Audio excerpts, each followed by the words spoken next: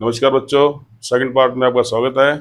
हमारा टॉपिक था प्रतिशत, जिसके फर्स्ट पार्ट में हमने 5 तरह के सवाल किए थे। आज हमारे पास टाइप 6 है, जिसमें है प्रतिशत कमी ज्ञात करना।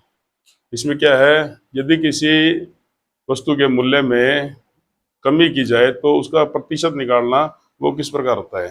सूत्र हमारे पास है कमी बटा में मूल गुना में 100। हमारे पास हम इसके दो उदाहरण करते हैं। यदि किसी वस्तु का मूल्य 80 से घटाकर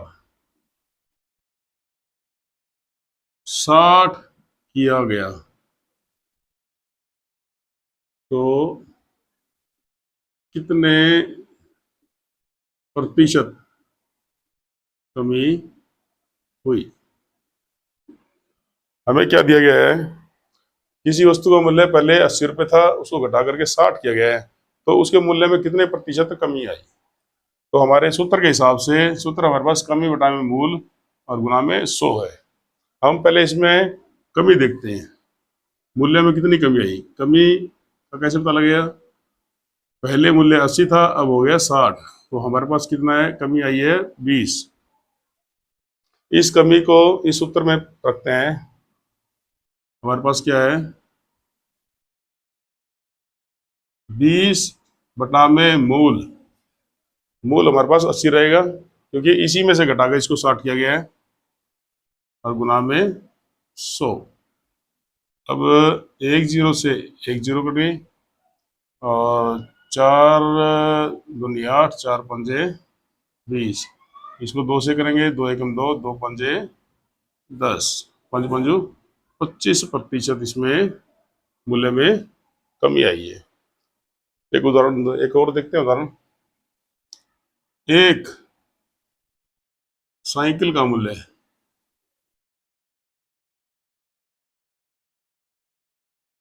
2400 से घटाकर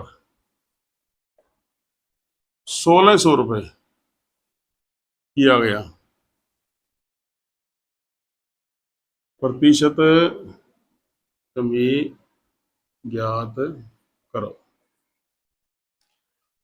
हमारे पास मूल्य 2400 था, उसको घटा करके 1600 किया गया, तो उसमें कितने प्रतिशत मूल्य में कमी आई, हमें ये ज्ञात करना है। तो हम देखते हैं कितनी कमी आई। कमी बराबर में 2400 और घटा में 1600, तो इसके मूल्य में हमारे पास 800 रुपये कमी आ रही है। तो फार्मूला क्या है, कुल कमी बटा में मूल। मूल जिस मूल्य से घटा करके ये 1600 किया, वो उसका मूल रहेगा, गुना में 100। 2 जीरो से 2 जीरो कटेगी, 8 एकम 8, 8 दिया 24। हमारे पास आ गया 100 बटा में 3। ये भी आंसर रहेगा प्रतिशत, और यह भी हम इसे लिखेंगे 33 सही 1/3%। ये इसका आंसर है। उसके बाद है टाइप 7। x का a% b के बराबर है तो क्या रहेगा।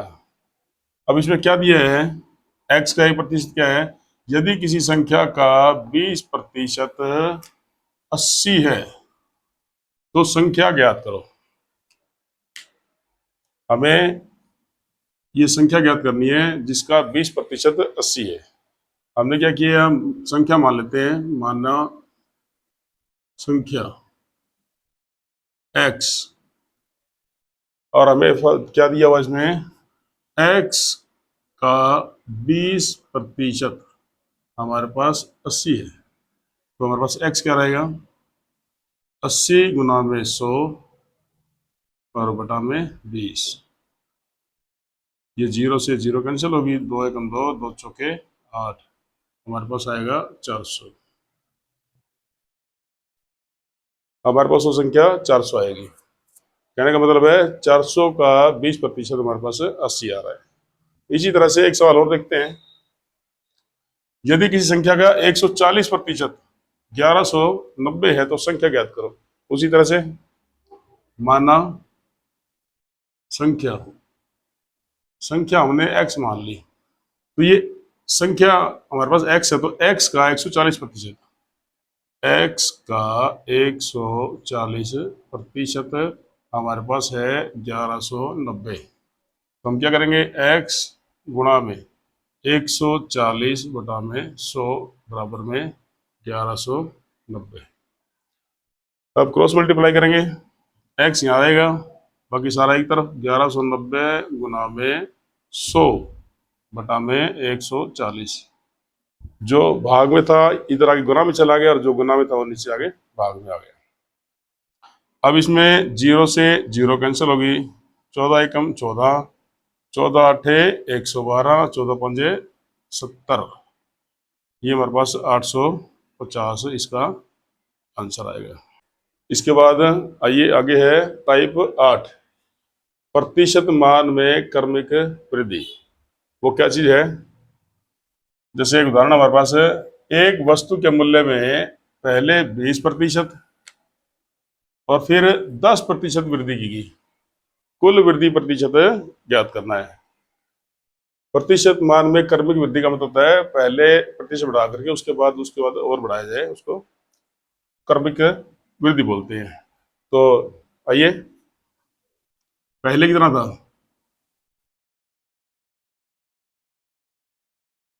20%, और बाद में 10% वृद्धि की। वृद्धि प्रतिशत निकालने के लिए हम क्या करेंगे, हमारे पास सूत्र क्या रहता है, पहला प्रतिशत जमा में दूसरा प्रतिशत, 20% प्लस में 10%, और जमा में इन दोनों की आपस में गुना बटा में 100, ये इसका फार्मूला है। 20 और 10 हमारे पास आ गया 30, जमा में इसको करो 20 दाया 200 बटा में 100, ये 100 एकम 100, 100 दूनी 200, हमारे पास आया 30 प्लस में 2, मतलब 32% मूल्य में वृद्धि हुई है। इसके बाद एक उदाहरण और देखते हैं।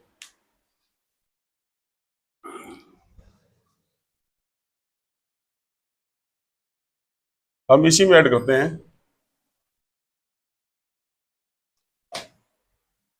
यदि किसी वस्तु के मूल्य में पहले 20% और फिर 15% वृद्धि की जाए तो उसमें कुल कितनी वृद्धि होगी। आइए उसी तरह से, पहले हमारे पास रहा है 20%, उसके बाद 15%। फार्मूले में आएंगे हम, पहला प्रतिशत प्लस दूसरा प्रतिशत और प्लस में इन दोनों की आपस में गुना और बटा में 100, 20 और 15 35 प्लस इसको मल्टीप्लाई करेंगे, हमारे पास आएगा 15 30, 300 बटा में 100, 2 जीरो से 2 जीरो कैंसिल हो जाएंगे, हमारे पास आएगा 35 प्लस में 3 बराबर में 38% वृद्धि हुई। ये आंसर इसका आ गया। इसके बाद है हमारे पास टाइप 9, मूल्य बढ़ने पर खपत में कमी। अब हमारे पास उदाहरण है, चीनी के मूल्य में 25% वृद्धि होने पर खपत कितनी कम की जाए ताकि खर्चा में बराबर पड़े। उसके कहने का मतलब है कि चीनी का मूल्य जो है 25% बढ़ गया है, अब हम खपत कितनी कम करें कि ताकि हमारे पास खर्च समान हो। हमारे पास वृद्धि कितनी है, वृद्धि हमारे पास है 25%। इसके लिए हमारे पास क्या सूत्र रहता है, वृद्धि प्रतिशत बटा में 100 प्लस में वृद्धि प्रतिशत और इसके गुना में 100। हमारे पास क्या है, वृद्धि कितनी है 25% बटा में 100 प्लस में 25 और गुना में 100। 25 का 25, इसको जोड़ेंगे तो हमारे पास हो जाएगा 125 और गुना में 100। आइए इसको करें, 25 एकम 25, 25 पंजा 125, इसको करेंगे 5 एकम 5 और ये जाएगा 20 पंजे 100, 20% इसका आंसर है। अब हमें 20% चीनी कम खरीदनी पड़ेगी ताकि खर्च हमारा बराबर रहे। इसके बाद है टाइप 10, मूल्य में कमी होने पर खपत में वृद्धि। उदाहरण क्या है हमारे पास है, डीजल के मूल्य में 20% कमी होने पर खर्च में कितने प्रतिशत वृद्धि की जाए, खर्च कितना प्रतिशत बढ़ाया जाए ताकि बजट प्रभावित ना हो। इससे पहले हमने देखा था मूल्य में वृद्धि आई थी, अब इस मूल्य में कमी आई है। वृद्धि थी तो प्लस क्या था, कमी आई तो माइनस करेंगे।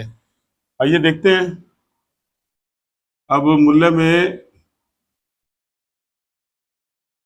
कमी कितनी आई हमारे पास 20%। इसका फार्मूला भाई, सूत्र है हमारे पास कमी प्रतिशत बटा में 100 घटा में कमी प्रतिशत और गुना में हमारे पास 100 रहेगा।